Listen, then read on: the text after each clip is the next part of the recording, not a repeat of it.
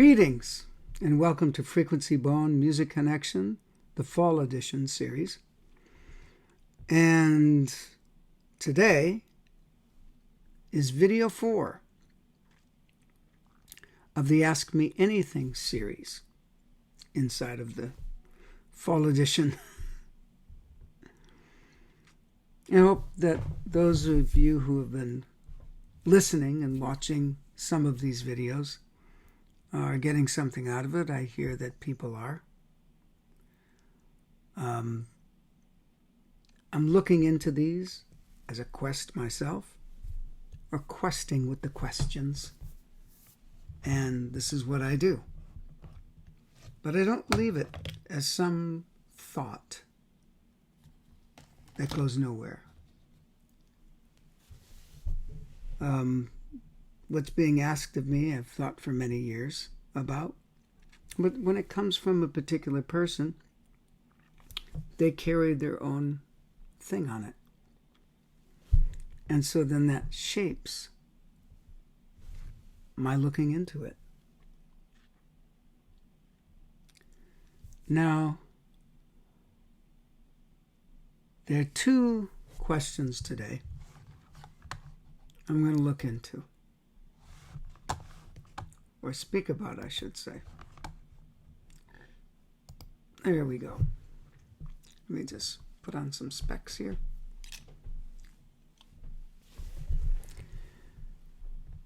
And the first question is from Tim. What has trombone playing taught you about yourself and the world? Then he puts, I always find I'm discovering more about myself as I practice more and more. And the next question, which is related in a certain kind of way, that's why I'm grouping them together. Does the trombone connect you to your spiritual self? If so, would you be open to relating what that is like?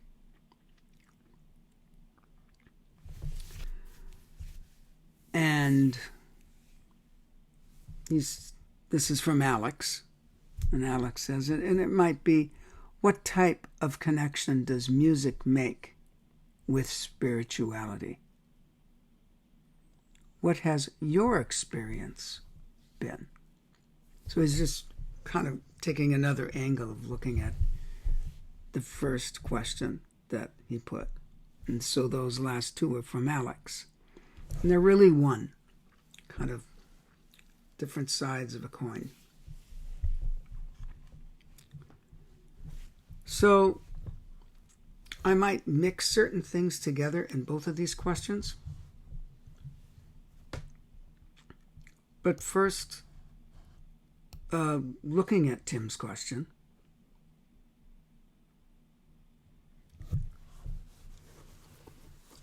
about what has trombone taught me about myself and the world.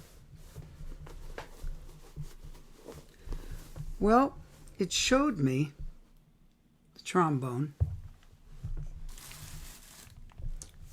playing. That's what he's saying. What has trombone playing taught you?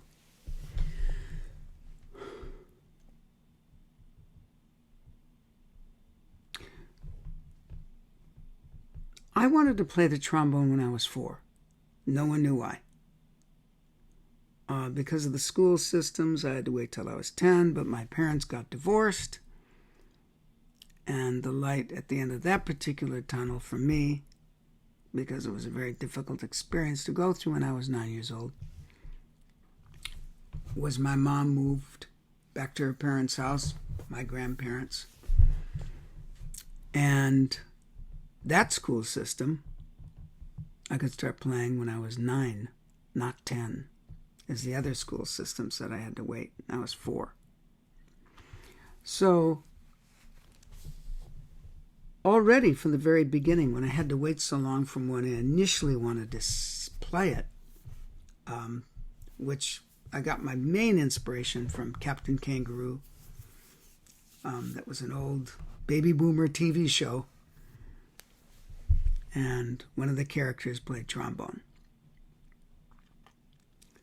So I kept asking my mother, and I kept asking my mother, so I had to learn to wait.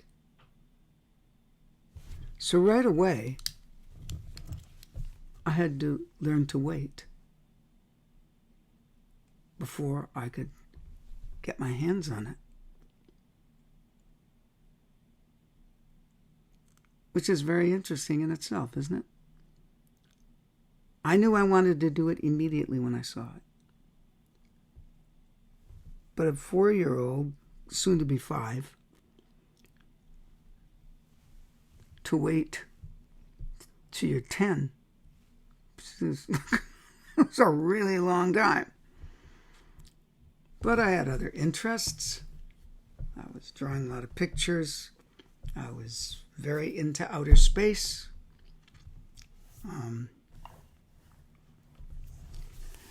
And so I wasn't the kind of person to get bored. My mom would say, here's a cardboard box, have a great time. And that was one of my most beloved toys, was a cardboard box. And get in and just go to Mars.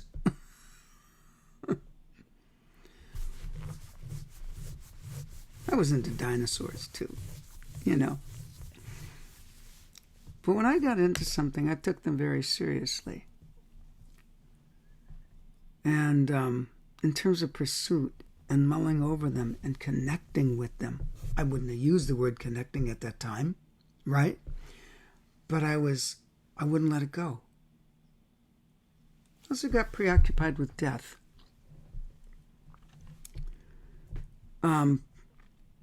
Not as separate from life, but it would just keep me up at nights.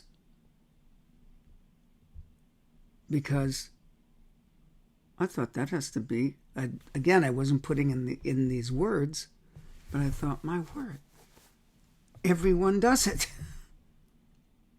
Then eventually I realized, well, everyone's born too. Everyone lives and everyone passes. So already I had a lot of spiritual yearnings and questions at a very young age. And lucky I had a supportive household for that.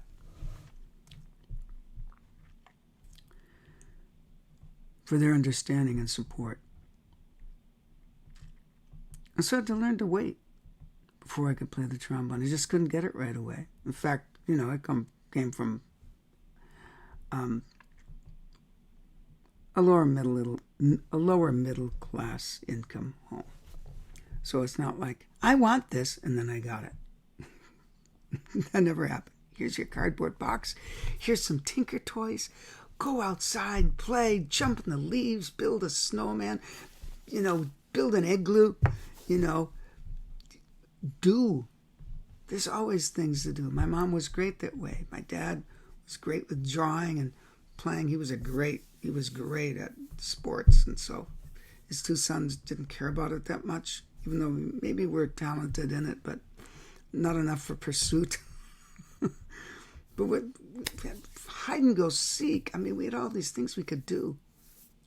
I'm very thankful for that. Yes, we had TV. Guess what my favorite show was? I'll tell you what they were. Outer Limits, Twilight Zone. We all cried during Lassie with the dog show. And, of course, Star Trek. Superman 2. Oh, yeah. Roadrunner, So I had to wait. Maybe you're thinking, will you please get to the point and don't tell us the whole life about your childhood? There's a value in waiting. A very big value.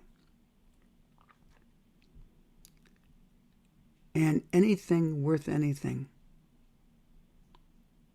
requires the ability to wait and yet realize you're engaged in it. Even while you're waiting for it to come, you're in it, so to speak. So I'd remind my mother regularly, it's getting closer. It's getting closer. when I got the trombone, I hummed into it. My grandfather said, "Wait a minute, I think you're supposed to do something with your lips." I did. Well, he did it first, and I went, wow, I got to do that. So I was marching around the neighborhood and all this stuff. So for me, it was really love at first sight. And then when I had it in my hands, it was just grand. I did not want to let that go. So moving on through a lot of things that I did,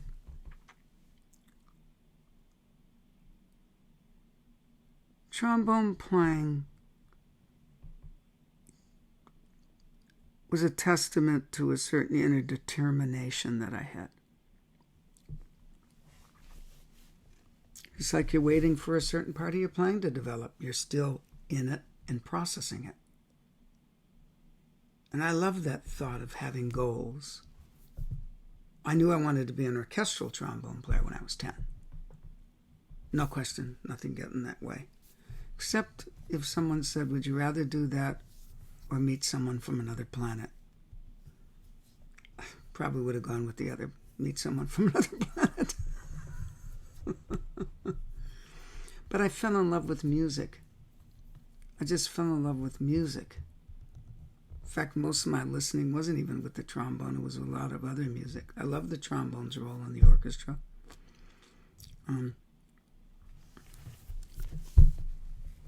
But playing trombone itself, deeper knowledge of life and myself came a little later, where I was consciously learning about myself, my staminas, mentally, physically, and what I'm going to have to take to get it together when I really hurt my embouchure, which took 4 years to really get on board. Not a lot of people knew it, but it was a rough 4 years, an embouchure every day. I certainly learned a lot then. I certainly learned the great phrase my mentor told me: change in order to continue to exist. That's one of the biggest things. That injury was one of the biggest things of a learning curve in terms of the personal development as a human being. Because we get wrapped up in identity.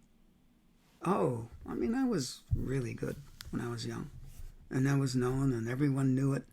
And I was almost nationally known by the time I was 16 in many circles.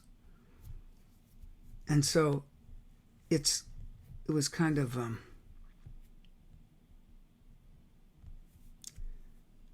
you build an ego about it. How could you not? I wanted it, period. Nothing was going to take that away. I went months growing up without lessons because we couldn't afford it. So I made the most of what I had. I made the most of what I could do. But it was very one-pointed, except for a couple of other little areas I was very interested in. School stuff I wasn't, for the most part. So the trombone playing, when I lost it, nothing was going to take away my love. Nothing. Nothing was going to take away from my determination to get it back. And I was already in the BSO for 2 years. I had to still make recordings and play the Empire Brass Quintet. It just take me forever to warm up. And not only that, I discovered about therapeutic playing. I discovered that there's not one way to play. There's not one way to breathe. There's not one way to tongue. And so I built a lot of sensitivity towards a lot of certain kinds of things. That's one of the greatest things trombone playing taught me. Waiting, building greater sensitivity, and how a human being, it was a real start of my spiritual journey, that we create an identity. And that identity can be broken if it's not a spiritual one.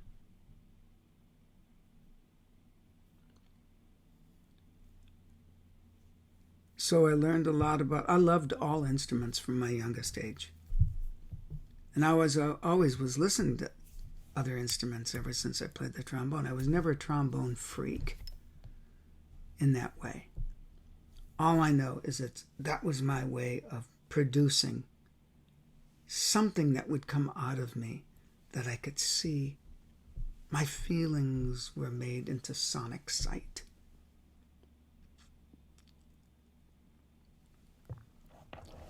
And I loved the way it made my grandma and my mom and my dad feel, my grandpa. And to get recognition from others, of course, was nice. And to lose that, in a sense, because you can't do what you got famous for. It's a great journey. What a gift. That was very painful, but one of the greatest gifts I ever got.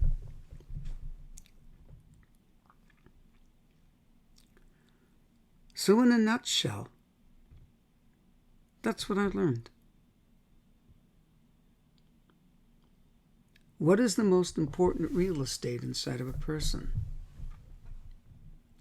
Is their association of what they think about themselves. Because that's how they'll actually view the world too, in certain ways. And when that collapses, if it's not built on a real strong foundation, what is a strong foundation? Strong foundation is something that can weather the storms. Now, we want that in our embouchure. We want that in our support systems. We want that in our attention span and focus and flexibility, all those things as it relates to music. But then, of course, how does that relate to life? Ever since I discovered so much through what happened to me many years ago now, oh gosh, it's 45 years ago, that, maybe not quite that much, 43, whatever it is, it's a long time ago.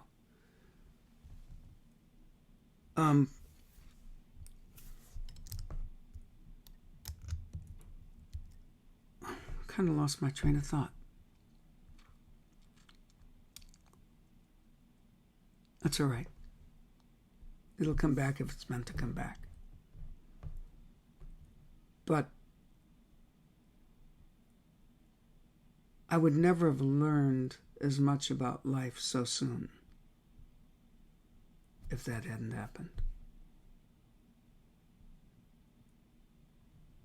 Because I had to reassess who and what I am. Back to foundations. You want foundations that are strong. Well, your identity better really be strong and not as a certain kind of ego. As something that has nothing to do with the physiology. Nothing to do with your abilities. Nothing to do with any pleasures or aversions, attractions and aversions. None of it. Those are going to happen anyway. They're related to the laws of nature, actually. It's a big topic.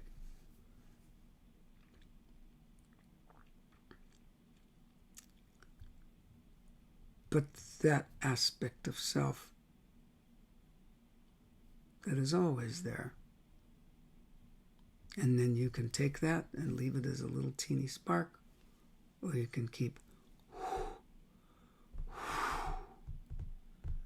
taking the fuel of your life, your will, and making it bigger and bigger and bigger. Now, I still enjoy playing very much for many different reasons. For some reason, if it's taken away, my foundation will not break. At all.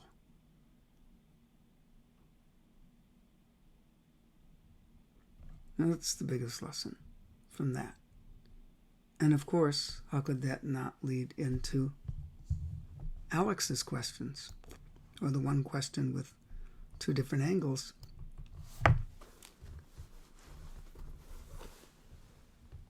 Does the trombone connect you to your spiritual self? Well, and he says, if so, would you be open to relating what that is like?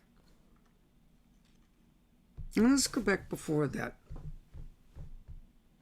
I was raised in an Orthodox Jewish home. We kept all the holidays. And I had a sense of God when I was very young in those terms. But I'd look up in the sky and I'd feel this awe. Since my youngest recollections, I'd look at people. I remember in first grade having a situation where I went, here I am in first grade, and this feeling of awareness came over me that was something else almost watching me. Now I had that when I was 2.5 or 3 years old in the hospital, going to get my tonsils out. I remember. I was in that bed laying down, sucking my thumb. And this other state of consciousness came over me, where I was just watching. It wasn't a baby watching.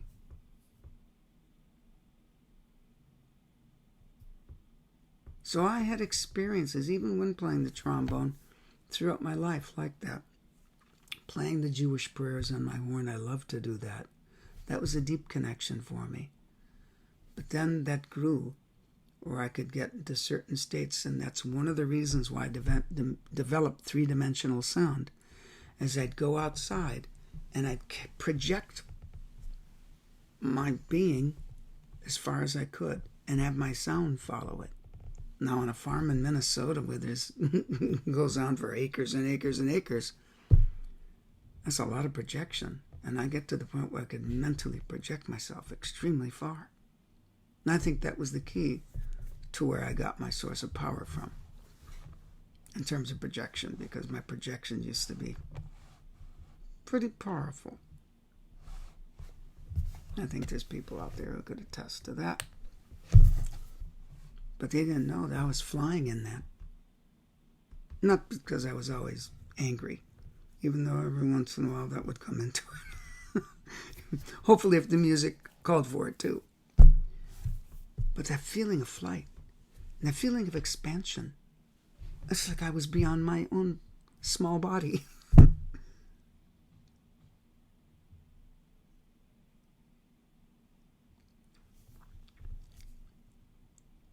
So,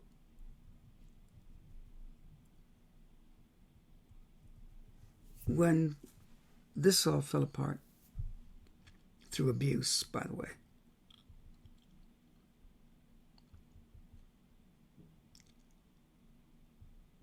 I had to go with those other feelings I had when I was young that already existed. It drew me into meditative practices. It drew me into more esoteric, connective thought. And I'm forever thankful. So, the trombone is an instrument spiritually of devotion for me now, and was way, way back then when I was playing all those Jewish prayers. Now I make up my own chants, or sometimes play Hindu chants or Vedic chants. I'd play Christmas carols. Some of them are just exquisite. Or Gregorian type chants. Or other music. I was thinking of Mahler 7 the other day. You know that bom boppy dong dong in Mahler 7? That's right out of Star Trek. The other way around. Whoever wrote that theme for Star Trek, that trumpet, was right out of Mahler 7. They took that. And that space in Mahler 7, it leads up into this big harp thing, and everything's just going on like this. It's so cosmic. It's so cosmic. And so I think many people have had spiritual experiences with music because so much of music was written from deep connections, or that something else would go into the musician saying, "Ah, there's an opening. That person has the ability to express me." Because we're an instrument. We're an instrument. That's right. We're an instrument. So that realization was totally profound.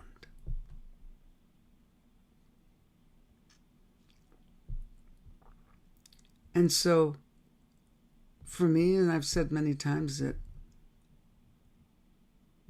music is a living thing, just like life itself. And so it bridged the gap of any separation. And so I can view life because of a lot of knowledge, but even through the knowledge of music's trinity, of physical appearance, which is rhythm, pitch, and timbre. Without those three, music's really not going to appear here, if you really think about it. But it brings up what is music.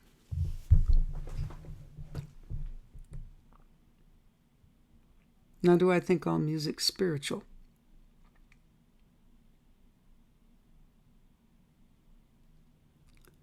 Not necessarily at all. It might have to do with the human journey, for example. But it's not all necessarily directly related to soul and spirit. Soul meaning the individual manifestation. Okay? And spirit being that totally absolute unchangeable permanence of eternity inside of each person. And there's ways, meditative, contemplative, and through devotion, that one can touch that and bring it more into their life. At least that's my experience and what I've seen from others. I don't believe there's one way for everyone, but there are ways that people can find it. And so, whenever you had a day without rhythm, whenever you had a day without pitch, whenever you had a day without timbre, you haven't. Okay? And then you start expanding on what is rhythm. You start expanding what you're feeling about pitch is, because it gets very narrow in musical classic terms. And the same thing with timbre. Timbre can be in the form of the atmosphere that anything creates. And music is atmosphere producing. So when my wife and I met, Dr. V as she's known as, she had a very similar journey in a different kind of way. And when we met, we started working together, the frequency band was born.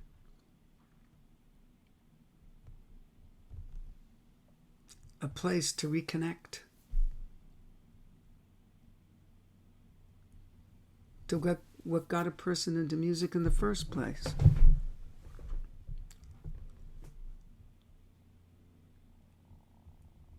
And so,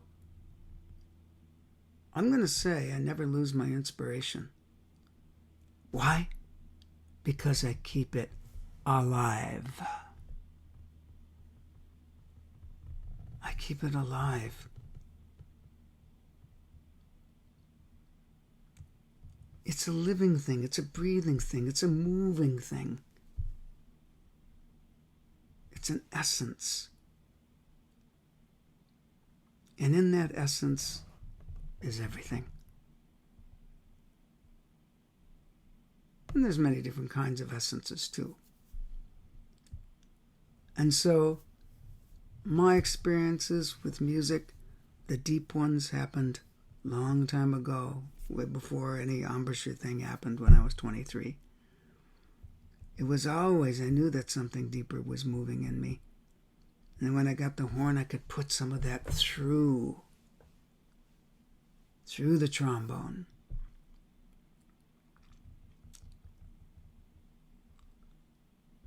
And because of that, I had another kind of real personal outlet for that which was in me. But not all music comes from that place. There's a lot of music. I mean, the human being has a whole system, of centers, chakras, many different things inside of the human being, okay? Our organs, for example. Some people's music might come from their kidneys,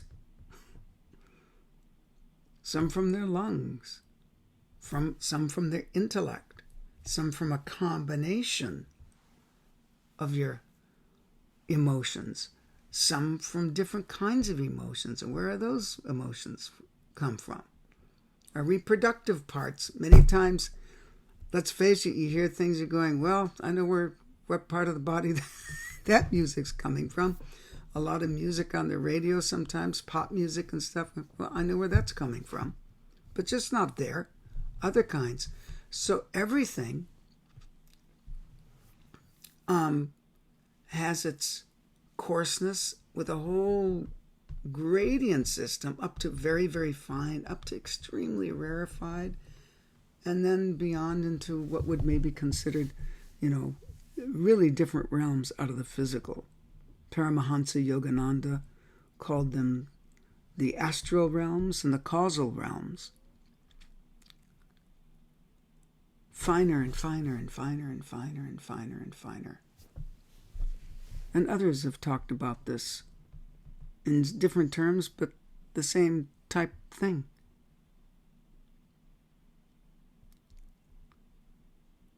I've had great dreams of music. Sometimes I'd sit in the car and go, oh, here it comes. And I can't, just a minute, please, I want to write you down. I can't.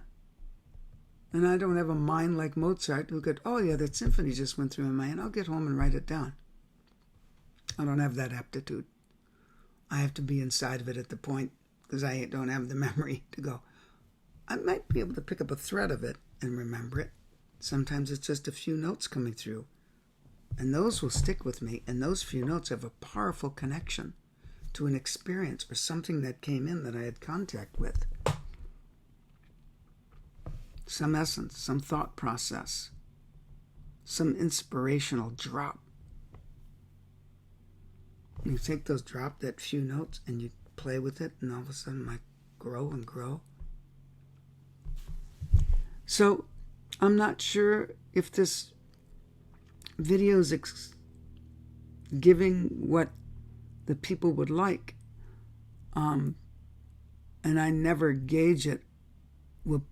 Is it giving, or if people like it or not.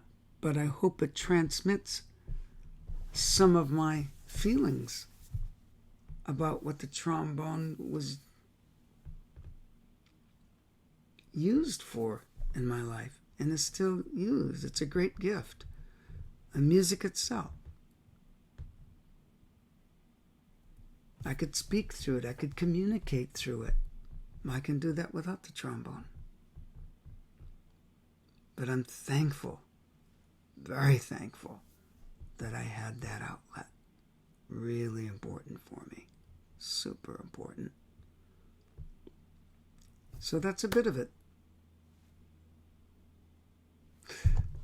I wish the best to all of you on your journeys.